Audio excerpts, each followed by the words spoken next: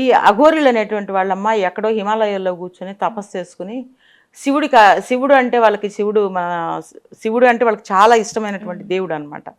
ఏదో సనాతన ధర్మం అని చెప్పి మన లోక కళ్యాణం కోసం లోక కళ్యాణం కోసం పాటుపడాల్సినటువంటి అఘోరీలు పబ్లిక్లోకి రావడం అనేది నేను నేను నేను మాత్రం నోటీస్ చేసింది ఇప్పుడేనమ్మా. ఎందుకంటే దీంట్లో పాటు వికృతాలు వింతలు అసలు ఆడ కాదు మగ కాదు అనేటువంటి ఒక సందిగ్ధావస్థలో ప్రజలంతా కొట్టుకొని తలగలు బగలు కొట్టుకున్న టైంలో వీళ్ళు అమ్మాయిలను అట్రాక్ట్ చేయడం ఏంటో, అమ్మాయిని పెళ్లి చేసుకోవడం ఏంటో. ఆమె ఇంతకుముందు చేసుకున్న అమ్మాయి లాయర్ అంట, రాధిక అని చెప్పి. మరి ఈయన ఎలా పెళ్లి చేసుకుందో, అసలు పెళ్లి చేసుకుని వాళ్ళిద్దరూ తర్వాత ఎందుకు విడిపోయారనేది తెలియదు.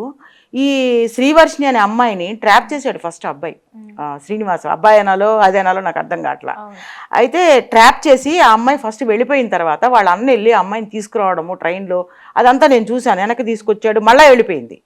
అంటే అంత అట్రాక్షను ఈ ఆడపిల్లలు కావాలని చేస్తున్నారా, లేకపోతే ఏమన్నా ప్రలోభాలకి లొంగిపోతున్నారా, లేకపోతే ఏమన్నా రంగుల ప్రపంచాన్ని మన ఇల్లు కాకుండా ఇంకా వైకుంఠం ఏదైనా చూపిస్తున్నాడా, లేకపోతే ఏమైనా కబుర్లు చెప్పాడా, లేకపోతే పబ్లిక్లో ఇలా నిన్ను పాపులర్ చేస్తాను, నిన్ను హైప్ చేస్తాను, నిన్ను దేవతని చేస్తాను, నాలాగా నిన్ను కొలుచుకునే విధంగా దండాలు పెట్టుకునే విధంగా తయారు చేస్తాను, అసలు నువ్వే నాకు రాణిలాగా నిన్ను తయారు చేస్తానని ఏమైనా మాయమాటలు చెప్పాడా?